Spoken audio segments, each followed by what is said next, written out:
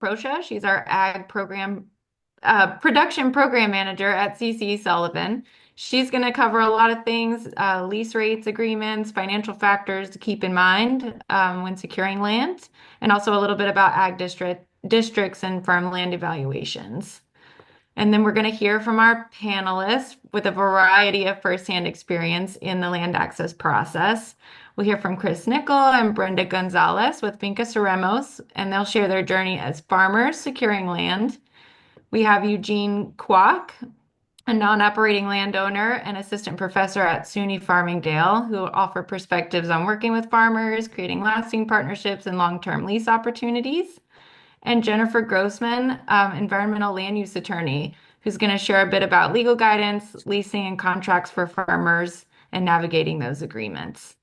So once we have our presentation and hear from our panelists, we're going to open up into a Q&A. So feel free to drop questions in the chat as we go. We'll get to as many as we can, and we'll also open the floor for just some discussions at the end. Also, we're going to record tonight, so please keep yourself muted until our Q&A starts. If you need any help or technical assistance throughout the webinar tonight, just feel free to message us in the chat, and I'll be keeping an eye on that. And okay, I think that's all my introductions. I'm going to start recording and pass it to Michelle. Okay, thank you, Haley. I did hit record prior to your introduction, so Oh, thank you so much. everybody got in there. Um, I'm Michelle. I'm going to go ahead and share my screen and get going here and start off with the very fun portion. No, I'm just kidding. I do like talking about this stuff a lot. I find that it's really good and a lot of great information to start off with. But all right, everyone can see we're all good to go. Okay. So, in previous years, we've done this kind of presentation and we've broken it up to, kind of land access for farmers and land access for landowners. And during this presentation, we've kind of combined them because, honestly, if there are landowners looking for farmers, most likely you're going to be looking for the same thing, right? So, we were able to kind of combine these and go from there. So let me just mute that. Oh, I think I hit the wrong button. Sorry.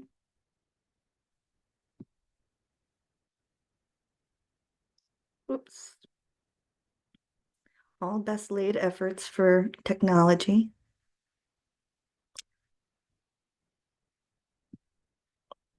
Sorry about that, folks.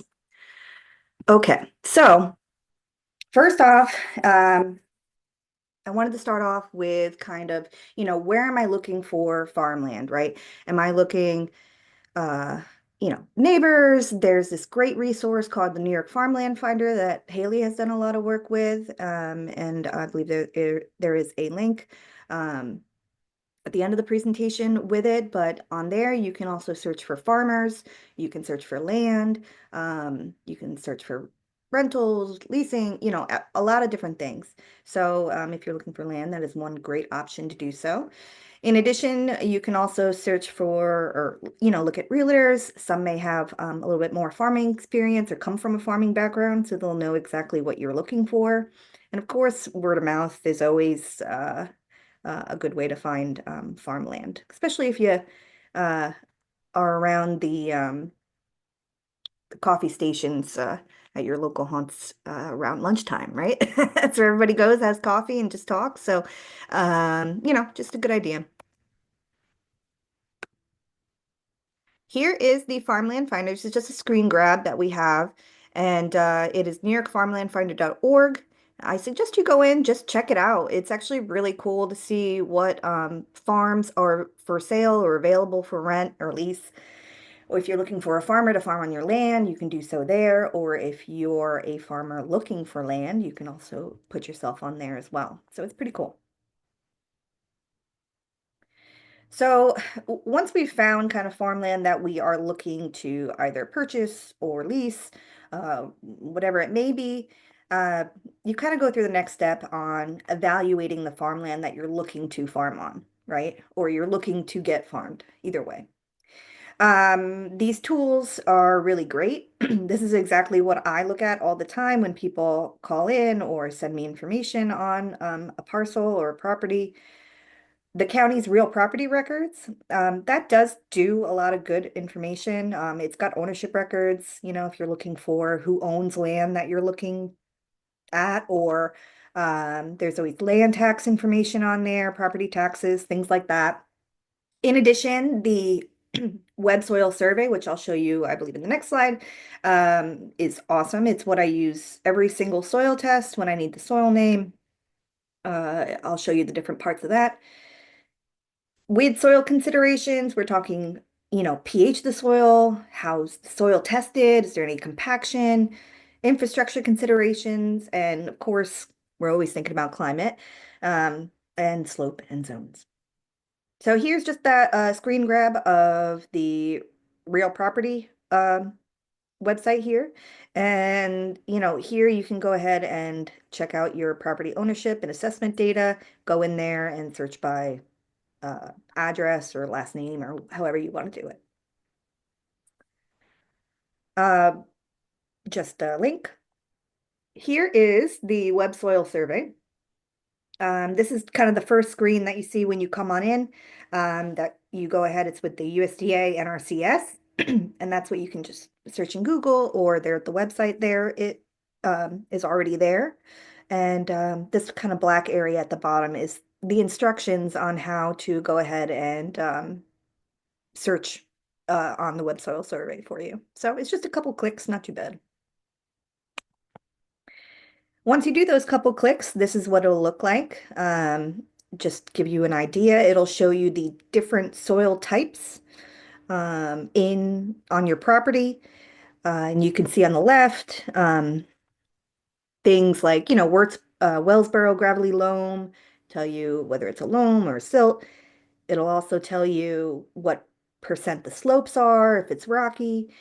I like this, and I tell people, this is one great option if you have a lot of land. I'm not going to be walking out to the back 40 acres of my property, every square inch to see how things are necessarily, but this will let you know if it's really sloped, if that area is even good for farming, if it's not.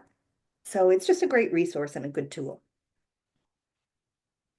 Of course, our website is another great tool. We always have up-to-date information on the agriculture tab, and on the left-hand side we have guidebooks and more information on the right-hand side. This is an old screen grab, so what you'll see coming up, you'll see new things when you load it up on your own computer. Okay, so far so good. Now talking about land considerations. So we've gone from like finding this parcel or having a property that we already have, and we want to know more information about it. We want to figure out what to grow on it or how to use the property to its best potential, right? So differences with uh, different crops will grow better on different soils, such as like crops that don't like wet feet, or don't like to be wet very often, versus ones that are very drought tolerant, just different ways that you can identify the soil that you have, the better idea of what you can grow there, or what you would have to do to amend the soil to get it where it needs to be. Um, I always like this triangle as well. I just thought it was a great representation of when I ask people for a soil test, do you have silt, clay, or sandy or loam, any of that, and what that means. So they can figure out kind of, A, you can look at it, but B, you can also check on this nice triangle. But it just gives you a nice representation of how they come up with the names and where things stand. Obviously, when we're talking about soil, things like soil texture, pH, fertility, drainage is super important. Obviously, it's really important for crops that are that are high in value. And, it's a little bit less critical for hay pasture land. It's more forgiving, but of course, you won't maximize your hay or pasture production if you don't um, maintain that land too. So, you know, just things to think about. This is another one of my favorite charts. I know it's a little fuzzy, but it does just give a good visual, right? Okay, so when I talk about pH and why it's so important is because with plants, there is a certain pH that is sort of the sweet spot, right? And you can see that indicated here by the two red lines. And really the sweet spot for the majority of plants that we're growing, um, whether it be, food plants or pasture or grasses for animals, but it really likes it kind of between that like 6.0, 6.5, or just a little bit above 6.2, 6.8, somewhere in there.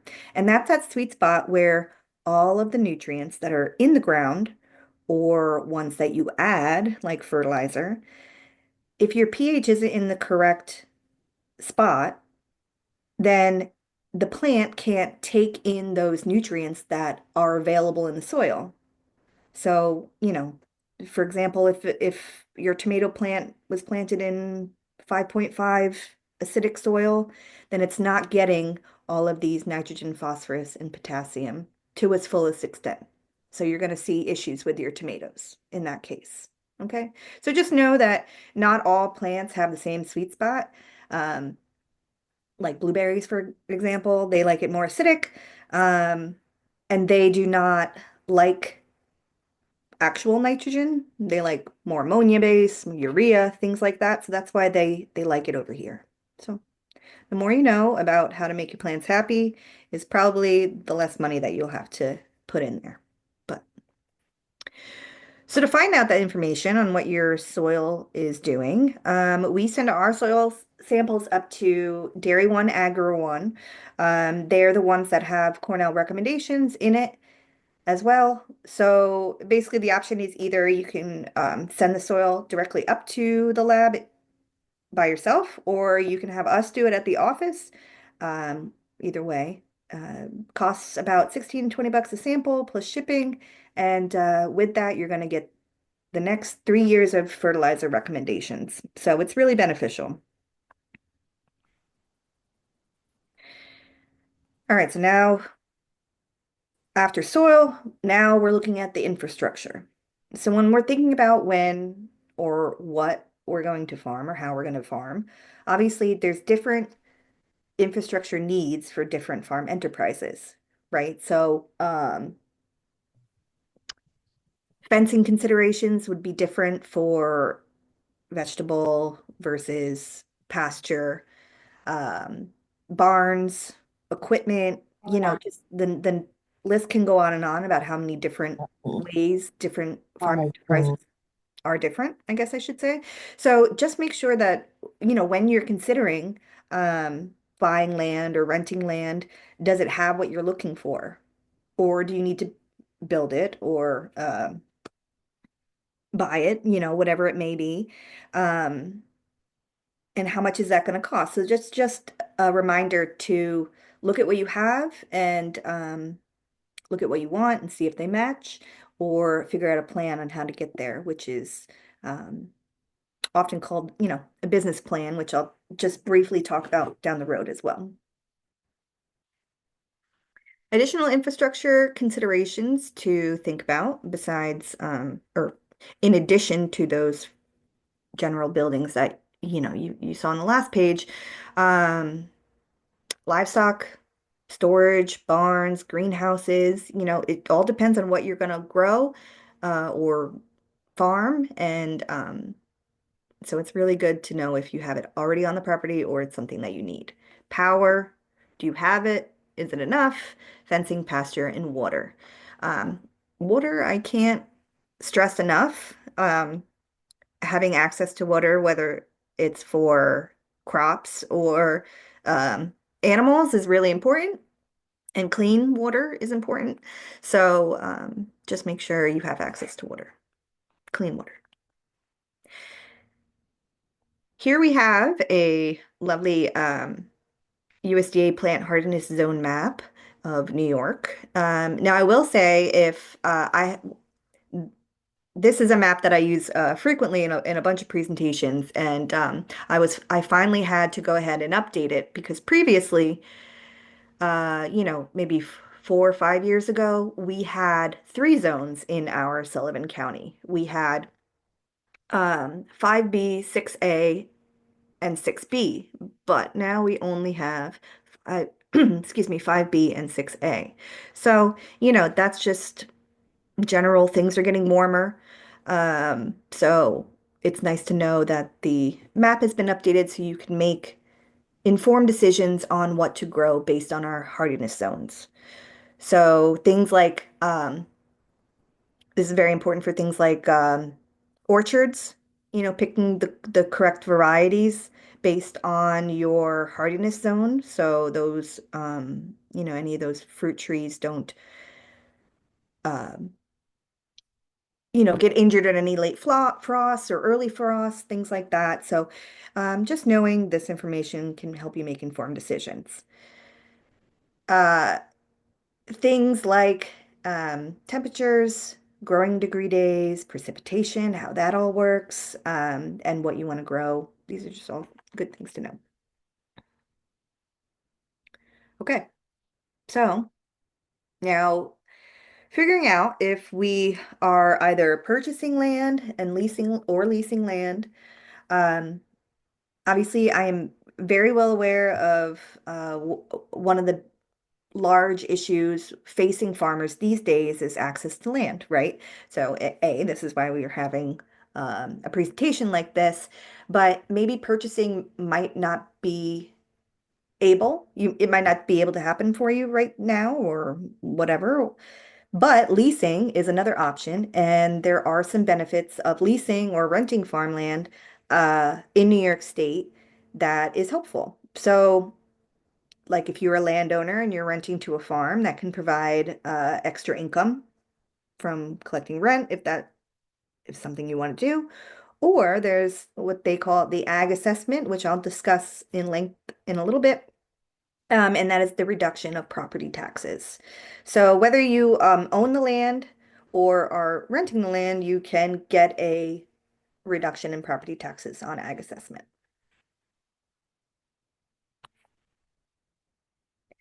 Now, again, I'm not going to go too much into this, but pretty much anytime I have a presentation, if I can add these business plan slides in, I think I will. So, this is just a great way and a solid way to go ahead and get your information on paper. It's an ideal way to figure out if your goals are realities, or dreams are realities, or your vision is a reality. If you need to adjust pricing, if you need to tweak some things, just how are you going to run your business in general? And also with a business plan, you must always need it for things like applying for loans or grants. So it's always good to get that get that done ahead of time. Or we have several programs or had several programs around that do assist with business plans as well. And we can talk on that in a little bit. Let me back up. But with business plans, just it's simple. It doesn't have to be, a thick book or anything like that. It's not very long. It's just clear and concise. Basically has info on that kind of legal structure, what your business is about, that vision, goals, any kind of financial information like balance sheet, um, cost productions, production plans, marketing plans, any kind of startup costs that you're going to be working with. It's great to know what you're working with, and this document it, like when you write it, it's not the first time or the last time you'll ever open up that book, right? This is an ever-changing document where you can add things, tweak things, and just make your business better or profitable if that's your goal.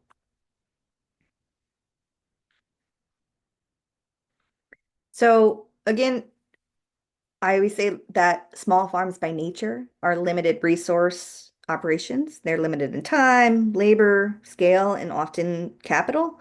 So doing kind of your homework ahead of time really helps avoid wasting these limited resources. Um, so that's my PSA. Just work through it ahead of time. All right. So when leasing land, there's a couple options that you can do in terms of payment exchange. You can just do a cash rent, just like a normal pay for rent of the land, or oftentimes there's shared rent, or the landowner will get something off the farm, whether it's uh, you know, like a half a head of beef, or a CSA throughout the season, or whatever it may be. There's a ton of different ways that you can go ahead about the exchange of leasing land, but just know that they're out there. In addition, know the sorry, in addition, know what you are renting. So making sure that when you are leasing that land, make sure that if there are buildings, or if there is fencing or things, additional items on a rented plot of land could cost additional money, is basically what I was saying. So just be aware of what you are writing in that contract. Now, I will say I am not a lawyer. We do have a lawyer with us tonight, or an attorney. But I just wanted to give a little bit of a highlight of what the leases should include. Now, again, I highly encourage you to go to an attorney, or um, uh, a lawyer to get this done. It is a contract, so it's a legal binding agreement, so it's best to have it looked at by someone like that. So with those leases, they have, your basic description of what's going to be included in the lease, the rights of each party, if any improvements are going to be done on that property, like fixing fences or mending barns or anything like that, it's best to get that all spelled out on who does that, and who's going to pay for it. So, those are always things to highlight in a written lease. Anything like agricultural practices, you know, if the landowner wants it to remain organic practices, then that's something that they would add. If not, you'd leave it open. The condition of land at the end of lease. So how does the landowner want it to be returned? Knowing that you've done all this farming on it, what does that look like? Any kind of payments, lease terms, and you know, anything else you want to add into that contract. Length, for agriculture assessment that I will be talking about, it's a 5-year minimum lease. Other crops, like annual crops, you could probably have a smaller lease if you weren't going for ag assessment. But you're going to be farming on this property. It takes a good while to get the land up to speed with amendments. So, you want to give yourself enough time on a lease to see, the fruits of your labor, right? Who's paying insurance and taxes and provisions, anything else. So that was just my quick zoom over. We do have and Haley, I'm sorry to pull you in, but I'm just drawing a blank on the folks that help with leasing, the law office, the law folks. Pace Please. laws. Yeah. Yes. Yes. Every so often we get information from Pace Law School that they're helping, farmers with their leases. So you know, we'll let you know when that happens. So the next question that I get is often when folks are looking to lease land or rent land, they're like, well, how much does it cost? And that is a very broad question. Um, so I'll start it off like this. This is the average cash rental rates. Um, and I had to do Delaware County and Orange County because Sullivan County did not provide enough information on the census to gain that information. So you can make an inference between these two. Um, I think we're a little bit closer to Delaware County on how it looks, but you can see where the higher numbers across the Midwest there. That's pretty great land. In our area, where you're looking at basically, and the way that the census breaks this out is by it's like non-irrigated cropland, irrigated cropland, just regular cropland. But I chose this one just as an example of a non-irrigated cropland. This is just one that is that you could grow crops on, but there is no um, access to water on. So I guess one could call this pasture. But for Delaware County, you're looking at $31 an acre. Orange County is about $40 an acre, and that's per year. But this is people's land, right? So you can rent your land for whatever you would like to. Um, but this is a general uh, acknowledgement of kind of a basis, right? And then you go up from there. So if there is irrigation, they charge a little more. If there's not, it's less. If it's really bad, uh, like a swamp, you're renting a lot less. But just as an idea of what it looks like. Okay. All right. Am I with everybody before the ag assessment, ag district stuff? Any questions? Okay. All right, so I'm going to talk about um, ag assessments and agricultural districts. The the difference between the two, I mean, um, ag assessments is about the reduction of your property taxes. Ag districts has nothing to do with your property taxes. That's how I'll describe it for right now, okay?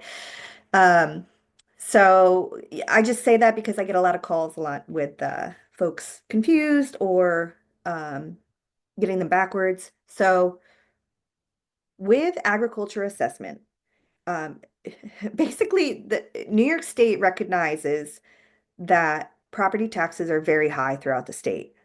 And they also recognize that farmers own a good majority of those high property taxes, right? Within that land. So one thing that New York State came up with was agriculture assessment, which was a reduction in property taxes where the land is going to be taxed at its agricultural value rather than a market value, which is generally good because we all know that our market value of our properties right now are very high, right? So if to have it be taxed at a lower rate is much better. So there's a couple ways that you can qualify for agriculture assessment on your property. So the New York State breaks this up, but excuse me, breaks this up between 7 acres, under 7 acres, and over 7 acres. So think about the land you have or want. Is it under 7 or over 7? Now, if you have 7 acres or more of land in production that you farm on and receive farm income off of that, and you can generate $10,000 in gross sales off of that property, then you can apply for ag assessment. And you can do this. I'll show you different ways you can, different enterprises that can qualify you for ag assessment. So we have 7 acres or more, must generate $10,000 in sales every year to receive that reduction in property taxes or ag assessment.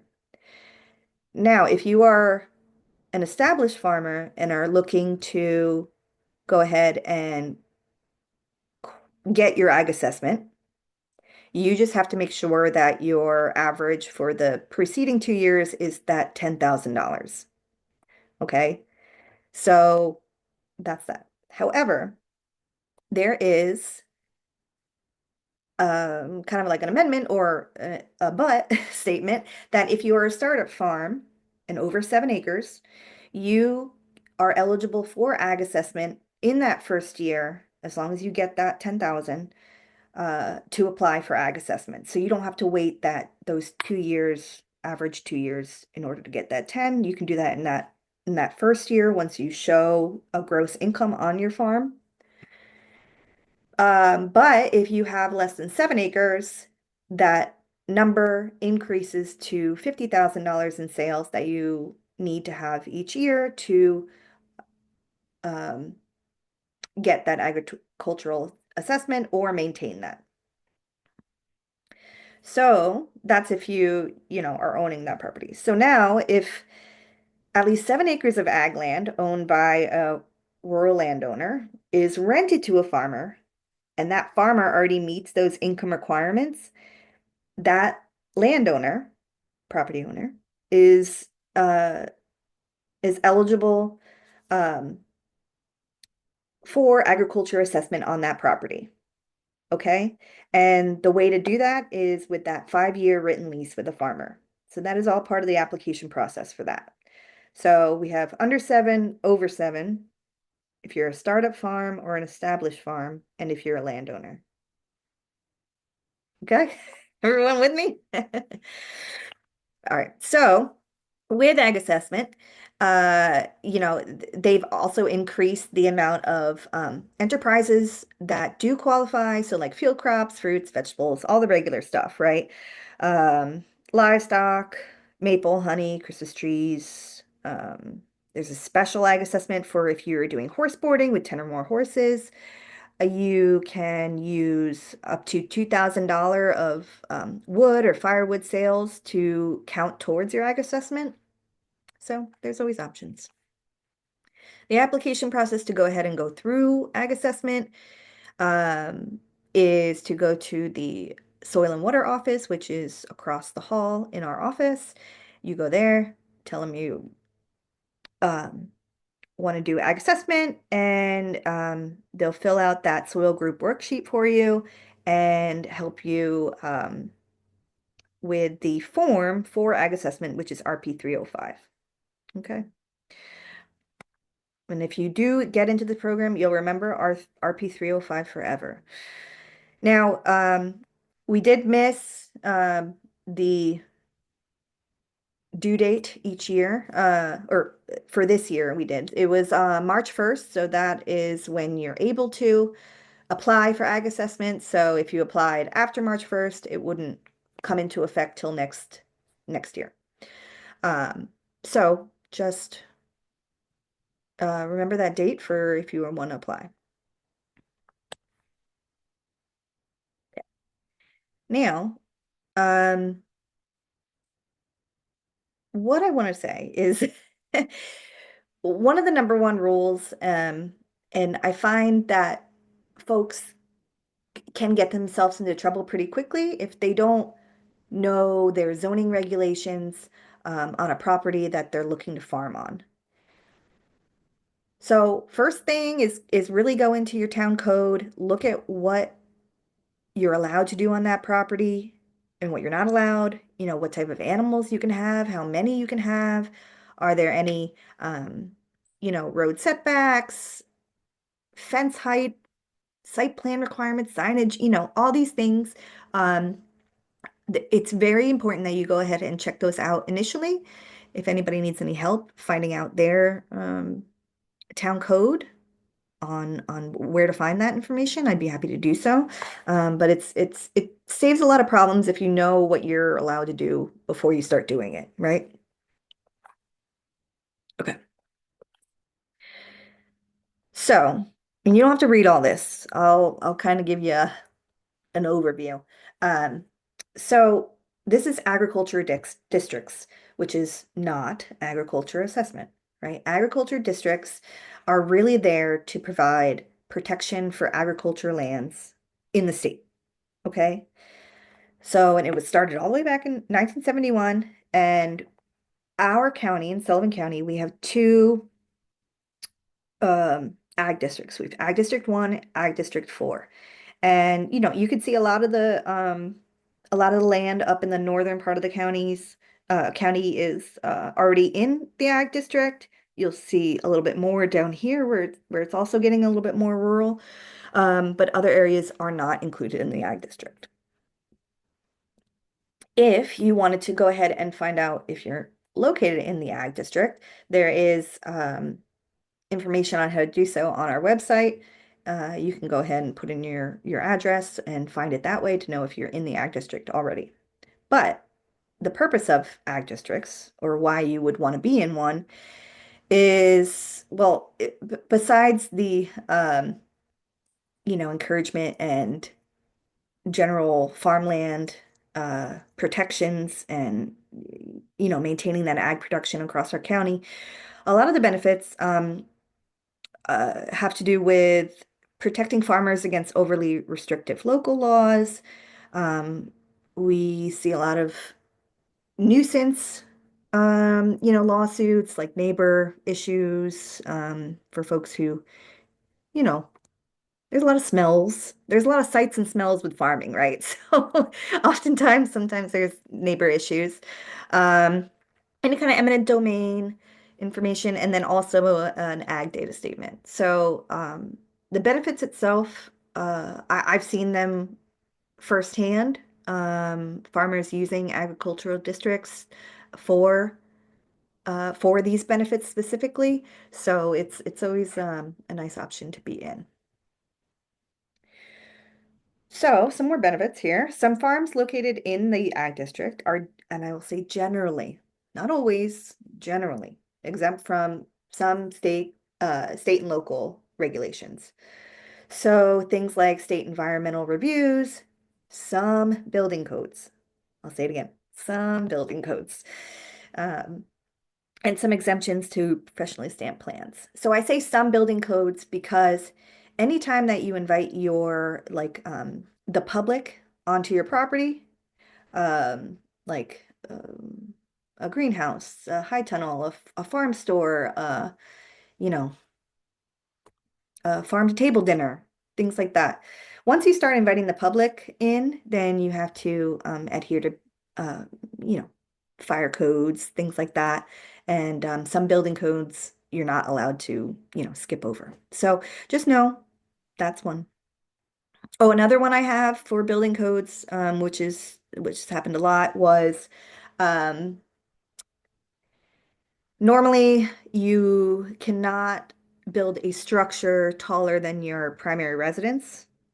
But when you're in an ag district, this is useful for folks who are trying to build like silos or barns that are generally much higher than houses, right? So that would be um, a benefit as well. So, in general, all farms, whether in a county adopted or state certified ag district, you have to comply with local law. It just doesn't mean that you don't have to listen to your town in that case. But if there is issues that you're seeing that you think, oh, hey, I think ag districts might be able to help me out because it's either a neighbor issue or an issue with my town or, questions about it, you can often request a review for an ag district.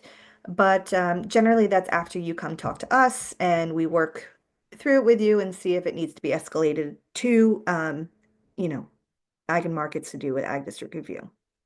So if you have problems, give us a call. First step, we'll figure it out with you. Okay. And then we'll go from there. But if you do go on to the New York State Ag and Markets Ag Districts portion of their website, you will see that they have a lot of there's guidance documents. There's also a lot of definitions. So this is how it works. Is so like New York State Ag and Markets has definitions for specific farming things, such as the agriculture building, right? And your building code may have certain requirements that you have to abide by, right? But if you're in an ag district, there are some exemptions. So you can see exemptions to this building code would include ag buildings, barn shed, poultry houses, etc. Okay. This is the fire code that I mentioned before. But this is, oops, I'm sorry. This is, you're exempt from these kind of construction and design provisions unless you're bringing the public in. Um, if that exception is ag buildings, barn, shed, poultry houses, etc. And these are some of these great guidance documents that Ag and Markets has. So often, if you are having an issue or need to know what the law is, these are these guidance documents that are done. Um, Open burning is one that I use a lot this time of year because we're on a burn ban. And, you'll see, I'll knock on wood because I hope it doesn't happen, but those late frosts that are really detrimental to orchard or apple growers. So things like open burning, which is usually in like a burn barrel or something a little more safe, between the rows of that orchard is permitted during a burn ban. But if you're not, a farm or agriculture doing that, then it would be illegal. So just examples. Some more, greenhouses is a big guidance document. We often see towns try to tax um, the structure, but greenhouses and high tunnels, as long as they do not have a permanent floor, like if they had like stone or dirt, then those would be considered equipment, so they don't get taxed. So those are guidance documents that you can also provide your town if they have any questions. Here's this beautiful website of agriculture districts or agricultural districts that has all those guidance documents and updated information and what the 305A review looks like, all that great stuff. So just, Ag and Markets, if you're becoming a farmer, is just a great resource and, you end up talking to them anyway. So go ahead. With ag districts, you were right on time for this presentation because the open window for our county opens April 1st, which is in a couple days, right? So from April 1st to April 30th is the window to add your parcel to agriculture districts, and you do so by calling our office. I also encourage you to check on our website first to see if your property is already in an ag district, but you can always call us and speak to Melinda, who is the ag district guru, and she'll go over it with you. There's an application, a site visit, as you can see here. That's what it looks like. Me and uh, usually a board member of the Ag and Farmland Protection Board comes, and we just uh, see what you got, right? Process generally takes about 6 to 7 months to go through it all, and but then at the end of it all, you would be in an ag district, and that property would maintain itself into an ag district, indefinitely, basically. So you would only be able to receive the protections of an agriculture district if you are farming, right? So there's a ton of properties in that map that I showed you that are not farmers or not farming properties, right? They can be anything, but they're never going to be able to get the protections of an ag district because they're not farming. And I believe the last portion here that I have is um, right to farm law. So it if you were ever going through the county and see some of these beautiful right to farm signs, that just kind of lets you know that the um, town you are in is a right to farm town, which basically is, that the town itself is more ag friendly in terms of zoning, things like that. And in addition, there's usually um, like a mediation set up through the town to be able to work through some issues that maybe neighbors have or other farm owners have. So it's just a way that it just lets folks know that this area is promotes farming and is good. So that is all that I have for my beautiful presentation. Do I have any questions? You want me to save it for the end? We'll probably save it for the end. Right now, the chat looks good. And yeah, that was a beautiful presentation. Thank you so much. You are more than welcome. All right. Okay. All right. I know that was a lot of information, but we're going to move into our panel. Chris and Brenda, I'm going to kick it off with the two of you. Hi, everyone. Thank you for joining us. We are super grateful for the work that CC Sullivan has done to support our land access journey and appreciate the opportunity we have to share the insight that we now have, which we did not have when we started our search for land. But I'm going to turn over to Chris first to share a little bit about who we are.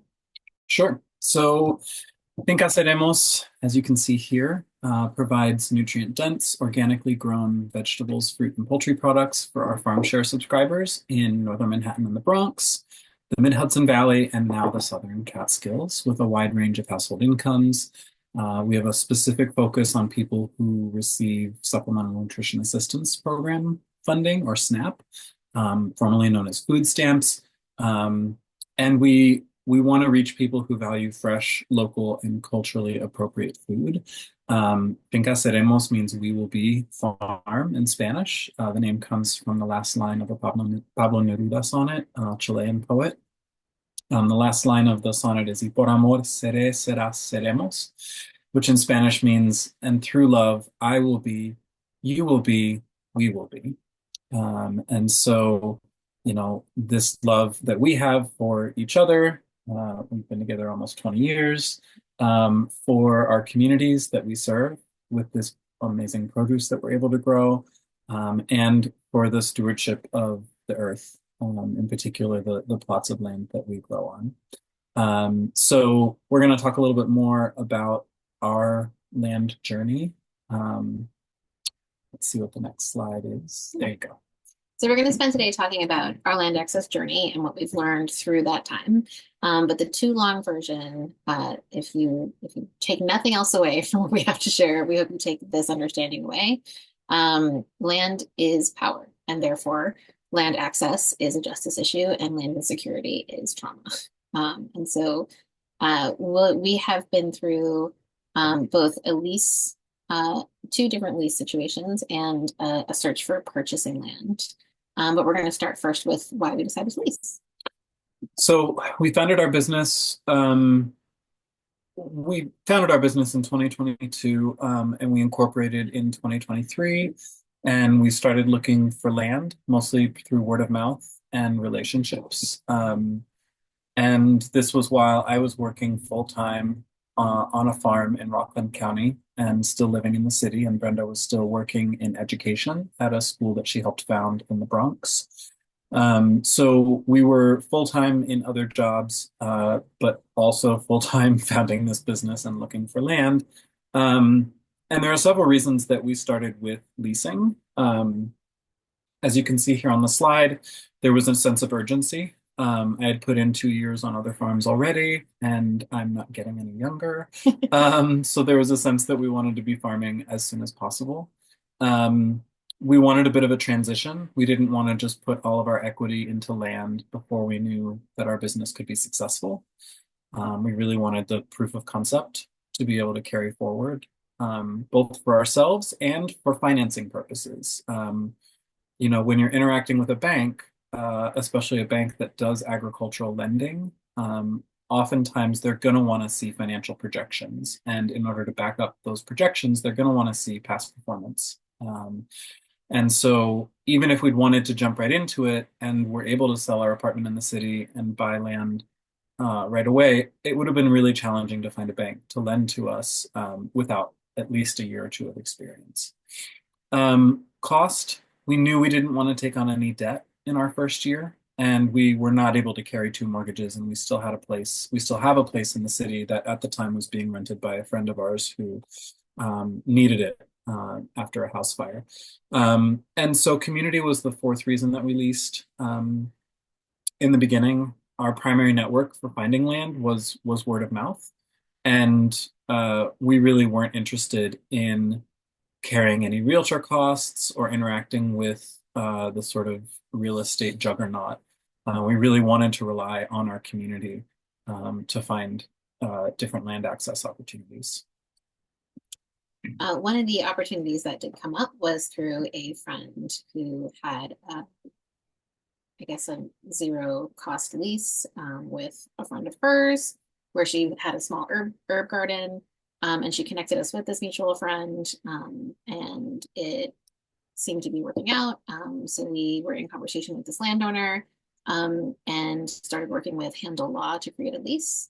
That was the first red flag in this process for us. The landowner didn't really engage in the lease writing process. We thought it was this huge boon that she was just letting us write the lease. But then when we all sat down to really work through it, she didn't really have questions. She really wasn't fully engaging in it. She was just feeling her way through it. So that was the first red flag for us. We started working the land in preparation for the 2024 season in January. It was a very warm year. It was a very warm year. And we were in the southern part of the Hudson Valley, so we were able to make moves in January. Yep. And then red flag number 2 showed up, and that was the landowner's neighbor, who was also her cousin's husband. So her family member started to regularly shout prejudiced and derogatory slurs at us and menace our guests, which was not super great. It was very stressful at the beginning. He was never violent, but it was an uncomfortable position to be in. And then because we had started the lease in January, we were sort of really rushing to get things prepped in time for the start of the season. And in hindsight, we wish we would have done an 18-month lease, because we signed to the lease in October. If we'd given ourselves more of a runway, then we would have been able to prep the land in the fall and have like a little bit of a breather before getting started in the spring. Then in April, we had a conflict over water access with our landlord that really soured the relationship when we tried to hold her accountable to her responsibility to provide water access in our lease. Her unwillingness to engage meaningfully in restorative work with the mutual friend who had connected us caused even more harm, and the strain of managing her instability in that relationship was a huge mental and emotional burden for most of the season.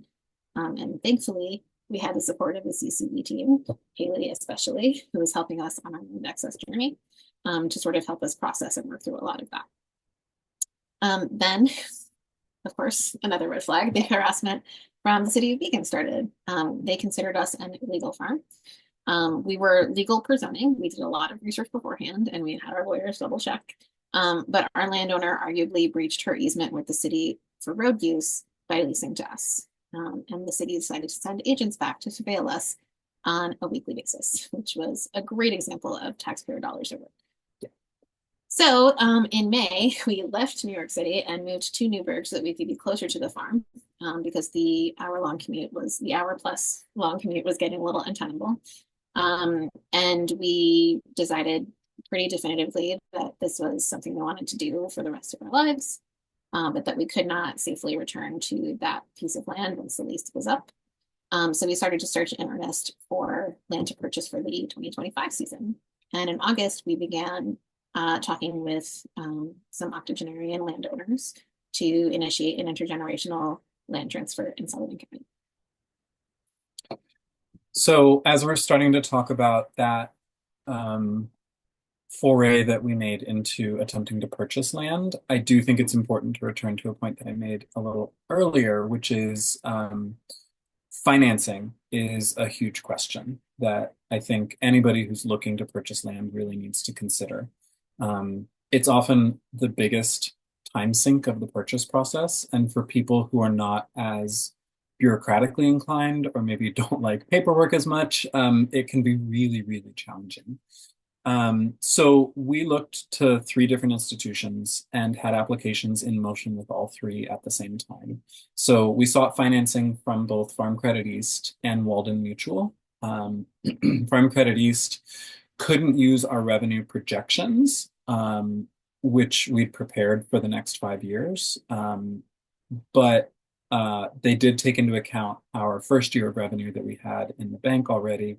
And based on those projections, or based on that first year, they would have needed to deny us, which would have been helpful in a weird way, because in order to access FSA, the Farm Service Agency, which is the quasi-governmental loan agency that offers preferential, they're a lender of last resort is the technical term. You need to approach them with a denial letter in hand to be able to start an application. So we decided that our timeline didn't really allow for us to work through the FSA process. And so we didn't want the credit hit that would have come with a denial from Farm Credit East. So we thanked them for their time and effort. They even made a site visit. It was a great connection. We maintain it to this day. But we declined to receive a denial letter from them for those reasons.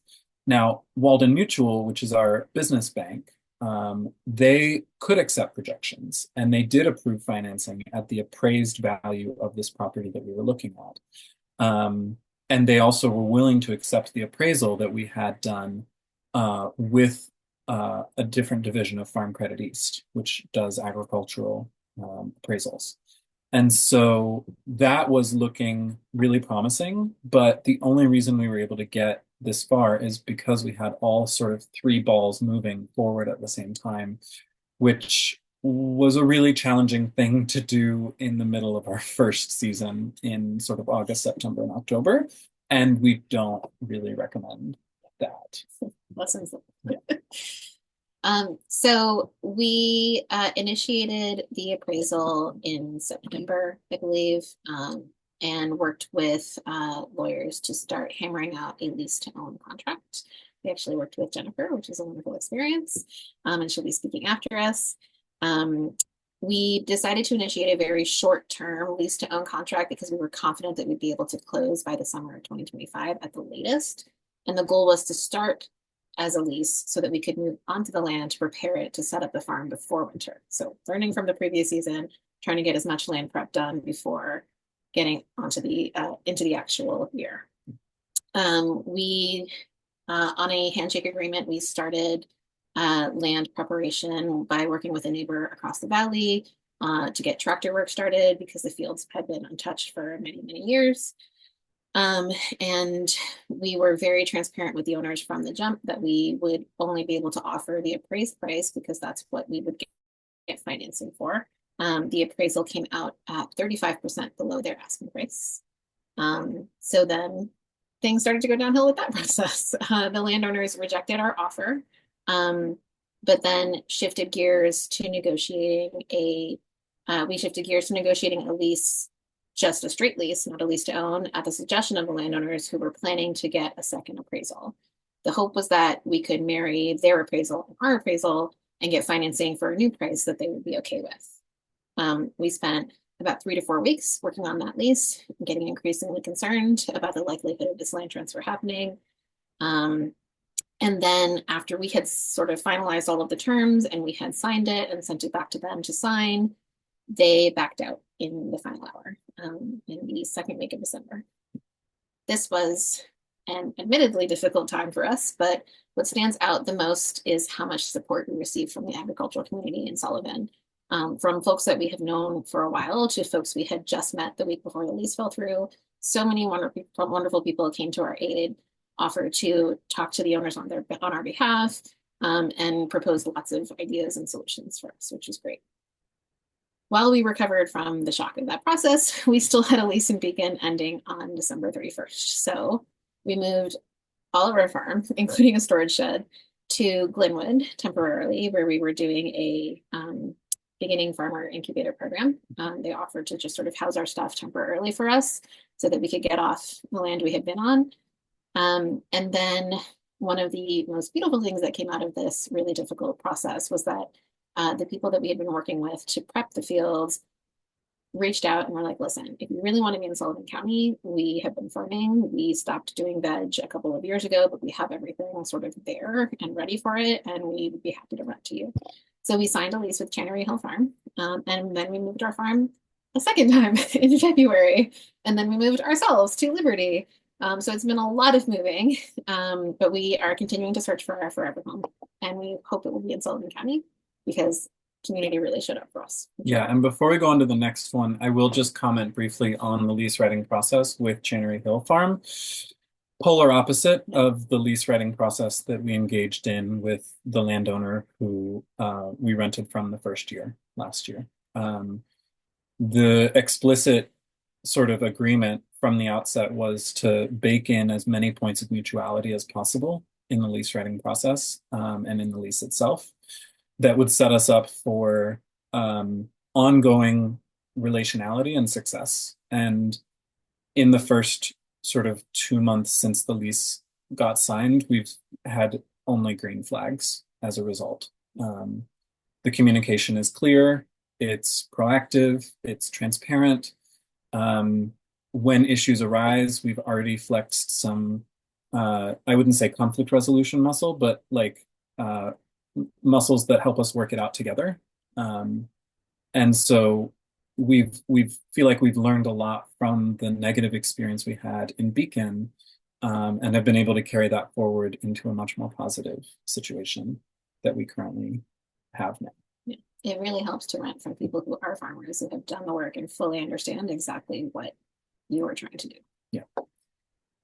Yeah. So there are many, many successful farmers who lease for the duration of their business. We've seen great examples of that here in Sullivan County. People who spend they focus their investment on equipment so that they can really build up their business rather than on a mortgage. But we are focusing on ownership now for two key reasons.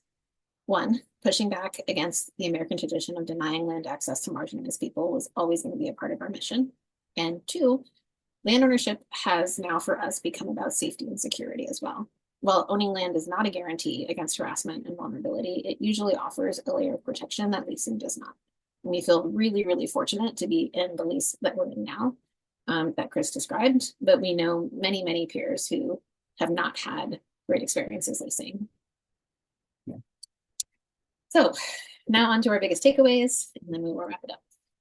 So I think one of the lessons that we've learned from leasing is that many landowners think they want to farm on their land, and then they're faced with the reality that they didn't understand. And so you need to make sure that your lease protects you and your business. And I would go so far as to say that even landowners who think they know. So for instance, our first landowner, her grandfather farmed that land, and she grew up going and visiting and being on the farm and having these beautiful memories of his stewardship of that land. That's actually almost more dangerous than somebody who has no idea what farming looks like, because she had this sort of nostalgic attachment to a very specific set of practices that are no longer what is generally done, and also were not relevant to us as vegetable farmers. He was primarily a livestock farmer. And so it's really important to make sure that the legal language is where everything is clarified, so that even if someone like a landowner has these nostalgic attachments, the rubber meets the road with the language of the lease. And then, you need to understand that your lease can't protect you from everything.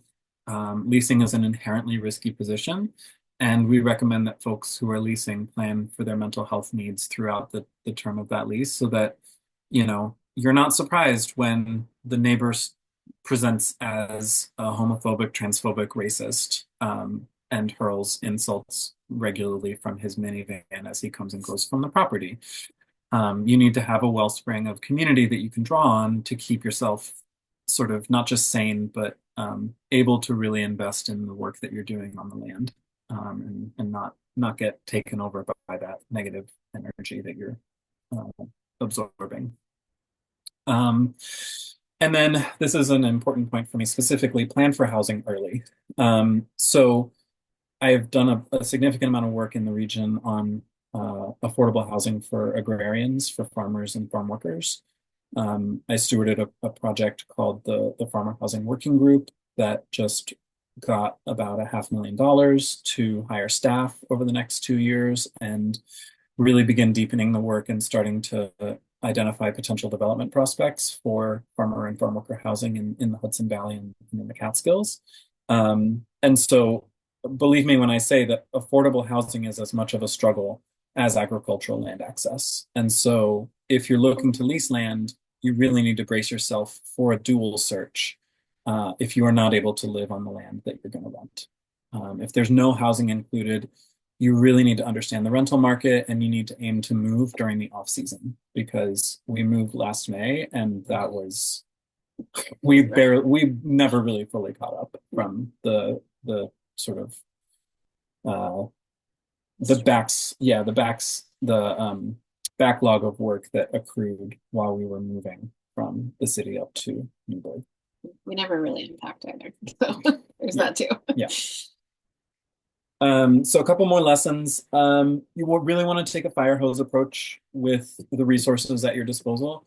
You want to leverage, as Michelle was talking about, you want to get soil test companies, you want to get appraisers, lawyers, realtors, if that's your game, if that's your jam, local leaders, other farmers, with a focus on people who have farming expertise. Lean on these people and learn from multiple sources of information, and then work with the experts you trust. We participated in as many beginning farmer programs as we could, in large part to be able to leverage their support at moments like the ones that we just discussed, where our farm and our business were in crisis, and we had a deep wellspring of people who were able to show up for us and help us navigate those waters. There are many ways that you can get support, and Cornell Cooperative Extension can point you to many of those resources, and they are themselves an important resource. The second thing on this slide is financial planning as empowerment. It's pretty self-explanatory, but I will say that spreadsheets are your friend, both in the sense that you're able to see for yourself what your revenue projections are going to look like and how realistic they are. And then you can use those numbers to tell your story. And anytime that you're engaging, even with rental situations, being able to tell that financial story can be really important to your success and the success of the partnership you're entering with your landowners. And this is the piece of advice that I got a little late, about a month and a half ago. I was talking with a friend of mine, Tim Bello, who works with American Farmland Trust and has a farm of his own up in Saratoga Springs. And he spent 5 years on his land search. And his counsel to me after hearing some of this story was, one of the things that he found most helpful is consider what is possible apart from what is likely, and put all of your eggs in the likely basket. We got way too invested in this first purchase attempt because of the trauma of our past land access experiences. And we really needed this to work out. But looking back on it, despite what the owners were saying, their behavior indicated that this was only ever possible and not likely. And we put too much stock into their words and realized that their actions were doing something different a little too late after we'd already gotten significantly invested. That prospect should have been in the possible box and should never have gotten into the likely box for us personally. Thank you for listening. We are still seeking a minimum of 10 tillable acres with housing. So if you hear of anything, please feel free to reach out and let us know. Or if you have any questions about our presentation, we're happy to correspond via email. You can reach us or follow us on Instagram. Thank you so much. That was vulnerable and detailed and valuable and wonderful. Okay, folks, Eugene Kwak, I'm going to pass it over to you. All right, Haley, thank you. Brenda and Chris, thank you so much for the presentation. And also Haley and Michelle, thank you so much for the invitation. And thank you, CC Sullivan, for this opportunity. My name is Eugene Kwak. I'm a landowner in Orange County. Our property is actually bordering Orange and Sullivan. We're right at the edge. I own about 15-acre property, and today I would love to share my own personal story, a journey of becoming a farmland owner. So let me just go ahead and share my screen. Just bear with me for a second.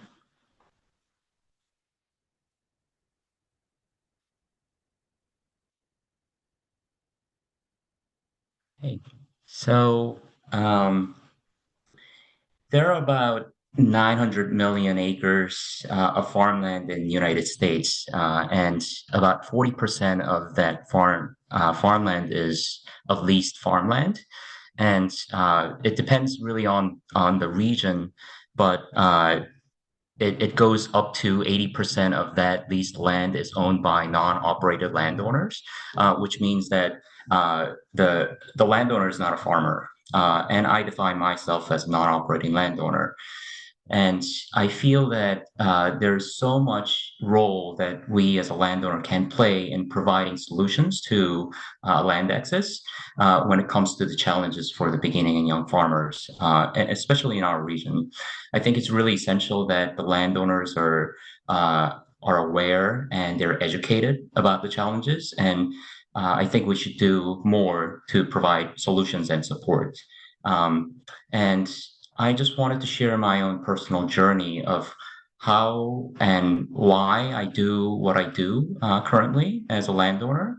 There are a lot of advocacy work that I'm doing along with a model that I created, which I think it's a really exciting and innovative solution for both the land access and the housing issue. And it really came from this moment in my life. I was looking at the calendar. It's exactly 10 years ago, in 2015, when I was getting prepared to go to work in the morning in my apartment in New York City.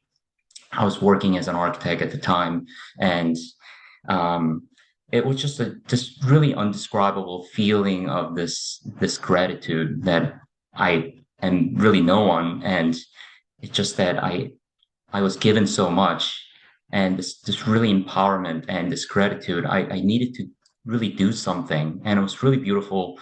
Friday morning, I went to work, and surprisingly and coincidentally, and serendipitously, in the afternoon, my office showed a TED Talk, and this quote I'm projecting right here.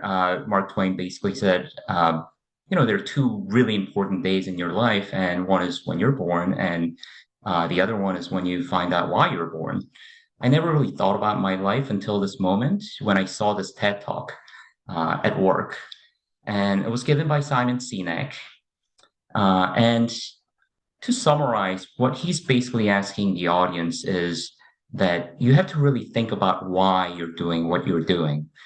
He says, start with why. It's not what or how you do things. It's all about why. And that question really struck me. I never really thought about why I do what I do. I was working on a public housing, affordable housing project, so it was socially very responsive, and I felt really proud. But I had no really a clear direction, clear purpose of my life. And when I saw that TED Talk, I had to go home after work and share that with my wife.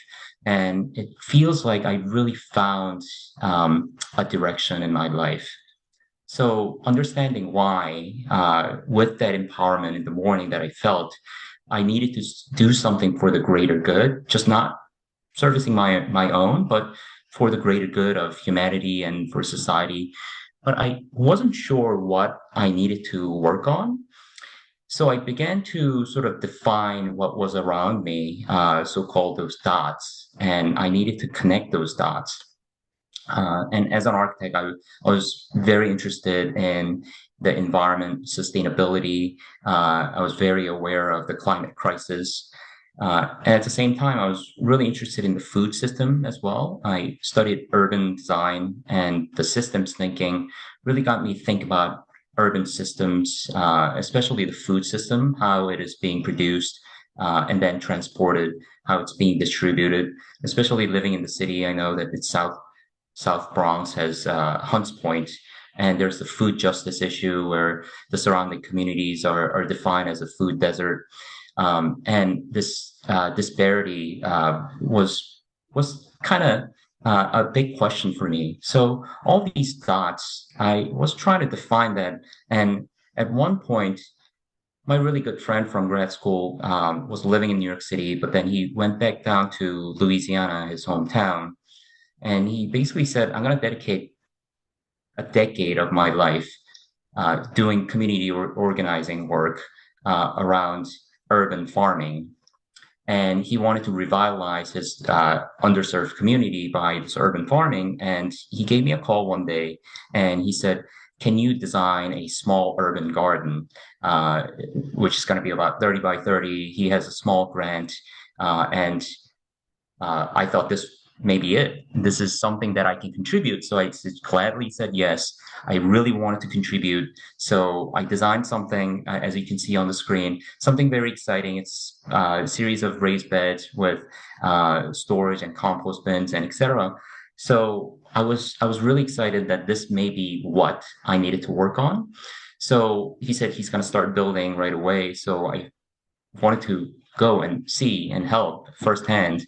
So I went down to Louisiana, and with volunteers and the local community, we started building, and it was the most enriching experience that I had as a designer. I never really felt such a fulfillment, and this had really become a sort of central place where the community actually gathered around, and they got to really understand where their food really comes from, how to grow their own food. I I I think it provided such an amazing education for the next generation, and it just really struck me. I really understood the power of design. At the same time, the power of such a small urban garden could have an enormous impact in the community. So after I came back, I really needed to redefine myself by understanding more about urban agriculture. So I went to various different kinds of conferences and workshops just to understand what agriculture really means in and out of the city. But that wasn't really enough. I had this huge thirst, and I really needed to really find out what it means to have a production and be part of this this production in the agricultural community. So I started volunteering at stone barns just to understand what it means to be part of this farming community, just to understand, once again, the soil-based rural farming is like. And that's when I began to speak with a lot of people in the farming industry, as well as people in the food systems. And a few of the things that I really got to understand, not only just the technical aspect of it through technical assistance from service providers, but also it's the empirical understanding of people who are growing food, farmers. And that was the most powerful conversation that I had with this journey that I was on. And one of the biggest challenge that farmers are really facing, they all said the land access is the biggest issue. The second is the housing. So while I was really soaking in with all the technical information, as you can see with the soil health, and I was kind of getting this understanding, but at the same time, I wanted to provide a solution. I wanted to be part of the solution. And through this journey, I also found that there is an enormous challenge in food production, as U.S. is really known for this monoculture, contributing to greenhouse gas emission as well as soil degradation. And all these are becoming a problem. And I wanted to support beginning and young farmer who are growing responsibly, and they're really the steward of the environment. And I just wanted to be part of that solution as well. As you can see, CAFO is another an operation that people don't really see. That's the reality of the farming practice here as a conventional farming. So I just wanted to make sure that I can support young and beginning farmer. And through my research, that I knew that the farmers are consisted about 2% of the population. So back in 30s, one farmer would feed 4 people. And now that we have so little farmers, they're feeding about 155 people on average.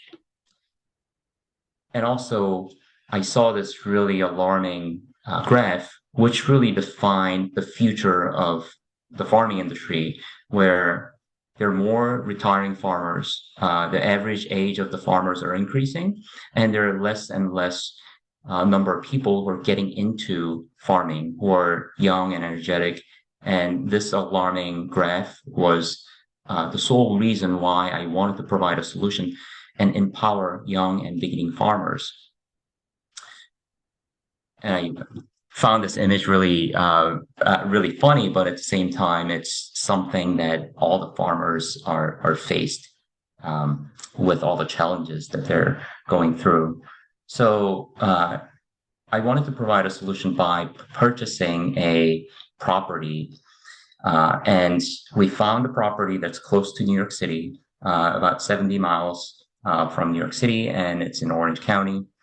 And it's close enough for us to actually go there and manage. And at the same time, it's not too far for a great market in the city as well. That could be a great revenue stream for the farmers. So we found this property, and it used to be a dairy farm and had been a fallow land for about 4 or 5 years before we purchased it. We saw great potential for this place. And what I wanted to provide a solution is that I wanted to provide a long-term free land lease for the farmer, and also an on-site affordable housing, so that the farmer can actually live on the site as well as farm on the land, so that I can be part of that solution. So I had this image, which I externalized into this visualization, that I wanted to design something and provide a land so that we can coexist and really in harmony. I wanted to design 2-family home so that partially I can go there and live there, as well as the farmer family could start their farming operation. So this is where we are now, how it has transformed from an idea from fallow land to a working, productive land. It took a lot of effort from the farmer partners, and also a lot of service providers who had really guided me through this journey. I'm a landowner. We're providing 30-year free land lease and provided an affordable housing as a model, so that I can educate other landowners in the region that you can actually do this on your land. I have a fairly smaller acreage than other landowners have. And on 15 acre, we have multiple operations.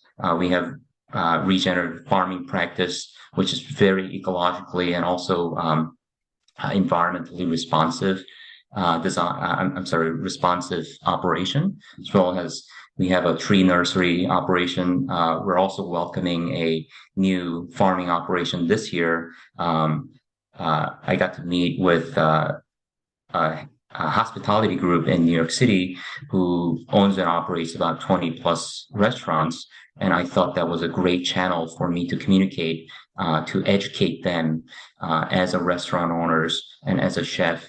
They are the one who's facing the consumers. So I believe that there is a room for the chefs and the restaurateurs to educate the consumer. Hence, we can change the consumer behavior and they can appreciate more about production in the local region. So that is what's really happening on my property.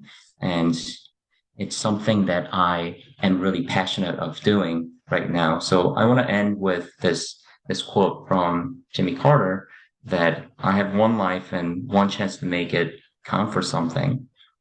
And my faith demands that I do whatever I can, wherever I can, whenever I can, for as long as I can, with whatever I have to try to make a difference. So I'm doing everything on my end as a landowner. And one of the things that I also want to share is that about 2 summers ago, American Farmland Trust and Glenwood started this workshop for non-operating landowners. And I was part of the first cohort. And we continue to convene and meet and network along with other landowners. And we have this amazing group of people who are very passionate about environmental stewardship as well as sustainable land management. And we spearheaded many events such as webinar around conversation around land access, as well as partnership with the farming community, as well as just expanding this group so that we can educate other landowners as well. So I wanted to end there. Thank you so much. I enjoyed a lot of that story, Eugene. I don't think I knew all of that. That was really inspiring. Thank you for sharing. Thank you. Okay, Jennifer, I will start to share my screen if you want me to run your slides. Give me just a second. Yes, please do. Yep. And this is great to come at this point. I know we've got about a half hour left. I'm going to be sort of focused on issue spotting, if you will, which is sort of like a term from law school where you just sort of identify the top issues to go back to and research further. Because so much has been said tonight, I really do want to allow for questions. But one of the things I really want to stress is what everyone is hearing from Chris and Brenda and Eugene is the three sort of components of any kind of successful agricultural effort, which is compassion for yourselves, for your lands, for the animals that you work with, the community you're in. Creativity, that we always have to be modifying our approaches and our strategies because nothing is static, that we are constantly changing, and especially when it comes to a natural resource base. And then last but not least is the commitment, the tenacity of Chris and Brenda and Eugene, and the things that inspire them, the things that keep them going, are all part of this unique component of farmland and farming. And it truly is an individual paradigm. It is a unique paradigm. The conservation strategies need to be different. The business models need to be different. The attitudes. So I think that has to all be remembered as we sort of go through um, these different issues of accessing farmland, that all of this has to be considered as a backdrop, but very strong in terms of influencer as you make decisions moving ahead. So next slide, please. So just a quick background. The picture that you just saw was the farm that I owned and operated for 15 years and recently sold. So I come to this discussion and some ideas and thoughts that I'll be sharing based on not only someone who bought a farm, but someone who sold a farm, and the nuances that were involved there, the uniqueness of the real estate transactional component because of the nature of the land. And I also am an operating attorney representing farm clients. And again, I'm always inspired by the tenacity that I see and the commitment to really be wonderful stewards of the land. So next slide. And I'm not going to go into too much here because, again, Michelle did a bang up job here to talk about all of these components about siting. Siting is really critical. You've got to know where you're going and the community that you're going to be operating in, your neighbors. I cannot stress enough to go online, look at the code for the town that you're thinking of moving into. There's villages that also might have separate and apart zoning and land use regulations. In New York State, again, like many other states, it's the municipality that will make decisions on zoning and districts and land use and setbacks and height restrictions. So that varies town to town, and you can be adjacent to, from one town and step literally your leg over the line and you're in a completely different district. So you need to understand that. And I also just want to put a little footnote here that you need to stay involved and on top of your local zoning and land use regulations. Towns are governed by a vision that is often expressed in a comprehensive plan that typically should be updated every 5 years, sometimes 10. And the zoning and subdivision and all of the sort of land use regulations will track that. What I'm seeing already in Sullivan County are intrusions into agricultural districts with incompatible uses based on current zoning law changes that are being proposed at town board, planning board, and zoning board levels. These are bodies of authority in your municipality that are typically volunteer.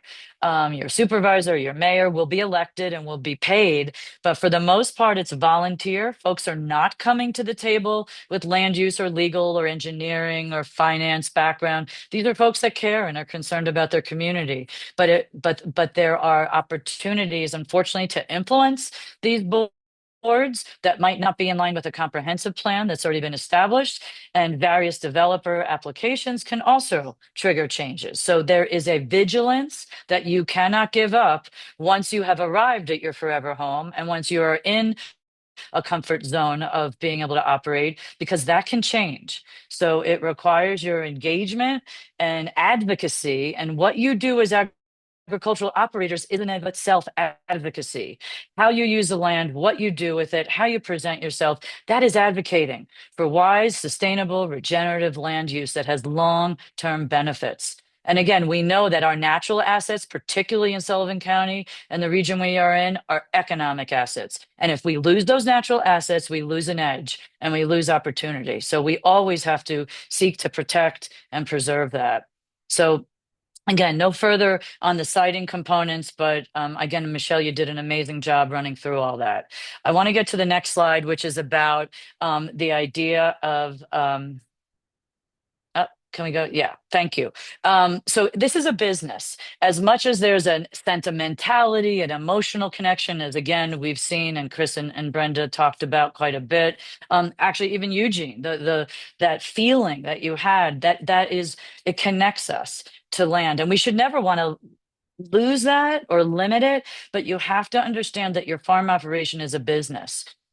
So I always suggest that people create LLCs. It's a simple process to do. You could do it online, go to the Department of State.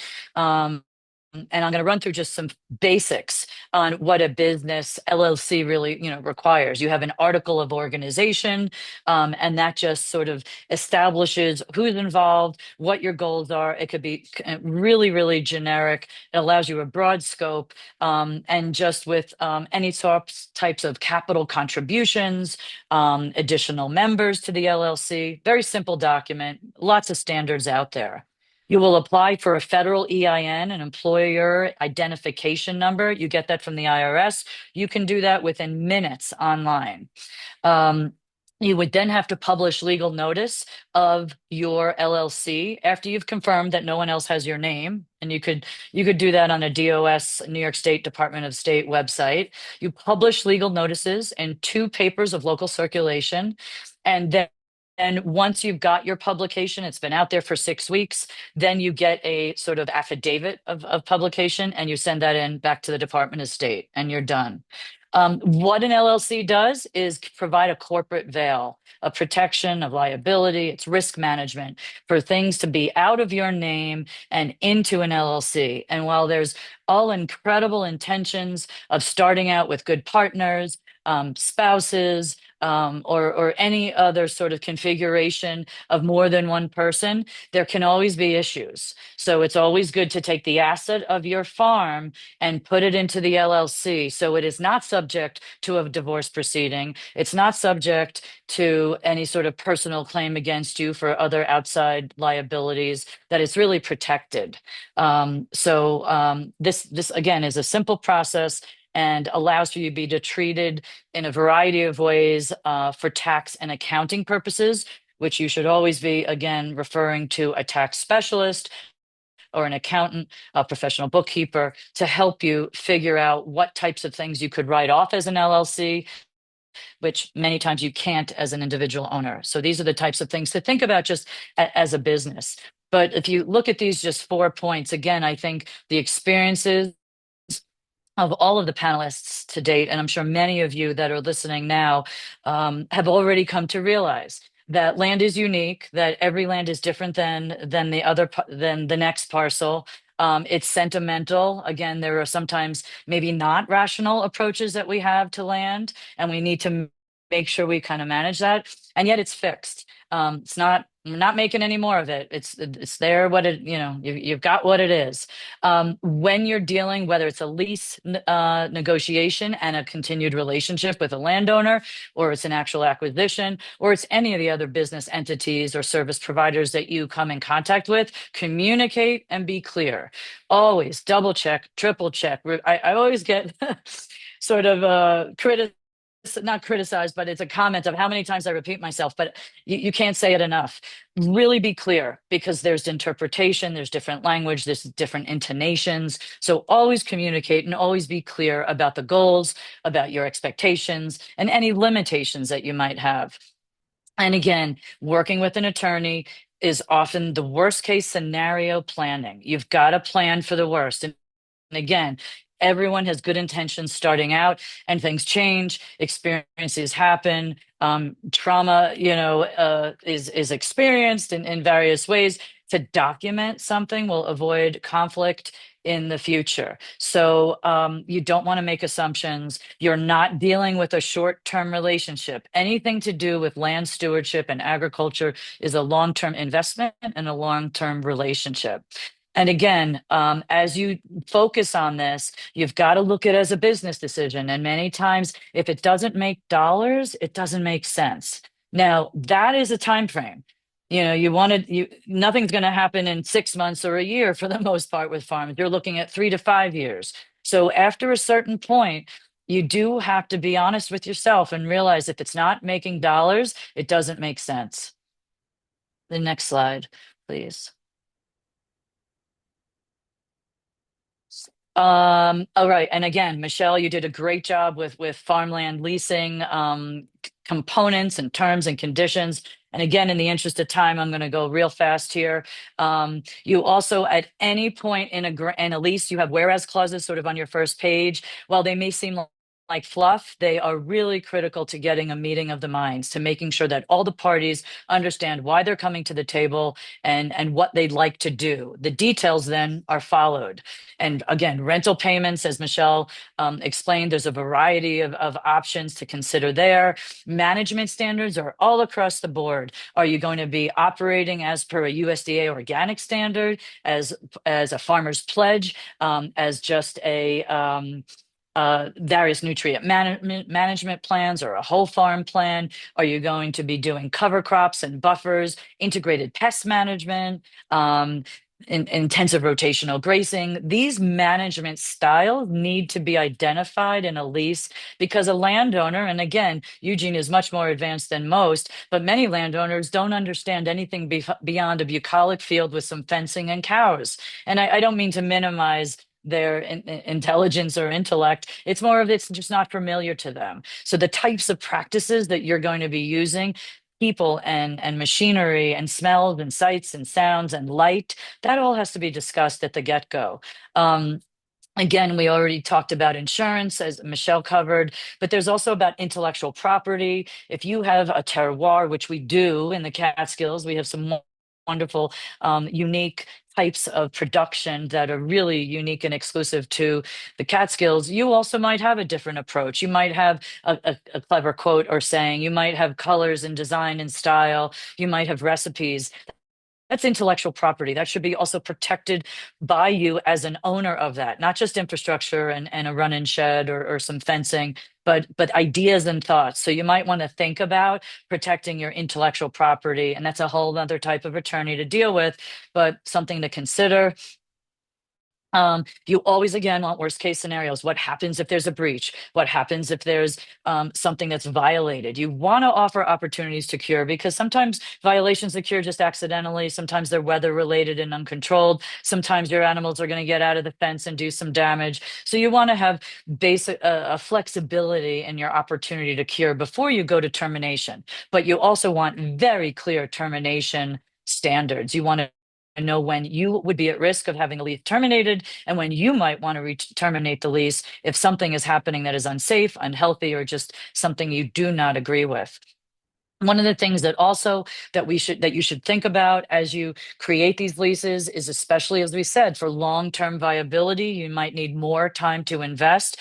And as Michelle mentioned, the ag assessment, most leases need to be 5 years between a landowner and a farmer to qualify for and make a valid ag assessment. But you also want to include rights to renew, whether it's for a single year or it's an automatic renewal. There's also the right of first refusal, that if you're already on the land and you've been working it and that farmer unfortunately passes and the next generation wants to sell, you want to make sure you have a right of first refusal to get in there before it's offered to anyone else, especially if you've, again, invested in that property. Or a right of first offer, meaning that before they even go out to list the property, that your offer would be considered before they list the property for sale. Next slide, please. Acquisition. Again, Michelle, you did a great job. And some of the basics are, you need to understand the value of the property before you put an offer in. And like any negotiation, whoever throws the first number out should expect to get less than what they're talking about. So you want to know, you want to get an appraisal. Brokers are not appraisers. They have a sense of comparables, what's been sold here or there, but they cannot do the adjustments that a formal and trained professionals do. And an appraisal is based on highest and best use. Again, you go back to your zoning, your subdivision, your minimum lot sizes, how many acres do you have? Usually you exclude wetlands or steep slopes or other major ridge lines from your maximum capacity to build out. So again, that's what an appraiser is trained to do. So it's important to understand that value. If you look online, Bloomberg Forms is a real basic, standard, stalwart kind of purchase and sale agreement. So you want to start with something like that. But again, land is unique. You're going to have a lot of unique provisions as a result included. So whether there's adjacent landowners, or there's rights of way, or there's personal property that's included, or equipment, you want to include all of that. You've got 3 major due diligence duties when you acquire property. One is that you do a title, which is a really fascinating document to have after you close. It's basically a history of the property as it goes through a chain of title. And some of it's truly fascinating. It goes back to the 1800s, where some of the descriptions of the property went to the center of the frozen lake and the hole in the ice, or the old oak tree. So it really shows you the unique nature of the property and its history. So you get this title done, which is not just for the fun of it, but is also to make sure no one has any outstanding liens or judgments. No one's claiming that they own this property, that the person selling to you truly, in fact, has title and interest to sell to you. The second thing you do is a survey, boundary line evaluation. You want that read into your title policy, because the title policy is going to defend you. If someone comes 3 years later and says, that's my property, my grandfather owned that, and that's mine, you've got a title policy to show that that's not the case, and you've got insurance that will defend you in a court of law. So you want insurance, title insurance. The survey that you do will be read into this policy. So the meets and bounds description, showing there's no trespass, showing that no one's got any of their property built on yours, is critical. The other thing is that if there is a house involved, or a barn, or any other types of infrastructure, you want an inspection done. You want to know the age and quality and condition of your roofing and your utilities, electric and water. You want to know if it's a well and septic system, or are you on town water and sewer. And again, as Michelle really wonderfully reviewed, soil is critical. Understand your soil types. They will not change. Your soil quality will. Ownership structures, again, as an LLC, you really want to get involved as a business owner instead of as individuals. However, you can own this as tenants in common, which is typically what a marriage partnership would enter into, which is a right of survival. So if one of the party passes, the other inherits it automatically. The other concept is joint tenants, where if one of the parties passes, that party's estate gets the 50% or whatever the percentage is of the interest. It does not go to the other party. So that's two very important ways to consider about taking title, to consider about your business situation, your personal relationship. And then last but not least, a closing statement. That's going to tell you exactly what you owe and why you owe it. You've got a purchase price. The owner often and should pay their taxes in advance for the full year. So you want to prorate. You're going to give them back the money that they've paid for the time that you will then own it. You're going to have wood or fuel or other types of adjustments made if there's brokers involved, which I try to encourage people not to. No offense, I'm also and I also am a broker, but it saves a lot of money and you can work better one-on-one you with the landowner yourself. You have state forms, the TP 584, 5217. These are real standard. They get filled out, and that's, again, an attorney is going to walk you through this. As I mentioned, you want title insurance, and then you'll eventually, it's usually a month, two, maybe three months later, you will actually get an original deed. You put that in a fireproof box because it's the original. All right, next slide. And just something to think about, because again, this is an asset. Your land is an asset, and you can realize equity in this asset by selling some of the development rights. That can come with a conservation easement under ECL Article 49. You could do agricultural easements also through the New York State purchase development rights. There's something growing in the field of land trusts and all over. It's really started wonderfully in Vermont. So we've got a lot of experience in the Northeast, is the option to purchase at ag value. That's an exciting opportunity for younger farmers to buy more affordable farmland. So it's not just that you can't subdivide and develop or cut the trees or put, a facility, an industrial facility on. It's that you have to farm. So regular conservation or ag easements are typically negative covenants. It tells you what you can't do. OPAV is a proscriptive covenant. It tells you what you must do. Because of that added burden and responsibility that you've got to farm it, not a gentleman farmer, not just a big swimming pool and some ATV trails for your kids. You've got to farm it. That comes with value. So that reduces the price further because, again, it's of less interest. It's less developable for someone who's not going to show up and farm. Forestry tax law is really exciting for ADA. You could save up to 85% of your real property tax if you've got 50 acres or more of forest land. It does require 10-year commitment. It's rolling. So every 10 years you have to re-up it, but it's a great way to save. I did that with my farm right off the bat. I saved almost 50% of my real property taxes I cut in half. Deed restrictions are another way to restrict the use of the property, whether you have it in your LLC, you buy it individually and transfer it to an LLC, or you're buying from someone else. But again, a deed restriction has to be enforced by the grantor upon the grantee. Unlike conservation easements and ag easements where you've got land trusts and it's backed up by state law, this is something between the owner and the purchaser to enforce. So if it's ignored, it's ignored. These other easements are enforced, worst case, by the Attorney General's office of the state of New York. And we already talked about ag assessments. Again, Michelle did a great job. And next slide is really just it. Again, I think it's really important that you understand and your communities understand cows and corn don't go to school. So the cost of community services for your farm is a lot less than your neighbor who's got a house or the guy who's got a business and a store, because your tax dollars that you pay every year are demanding less than $1 per year of services. So don't deny that there is revenue value for a community to increase its agricultural footprint. There's opportunities all the time. Again, like Michelle said, get your land into ag district, even if you're not currently operating right now, get it in the district.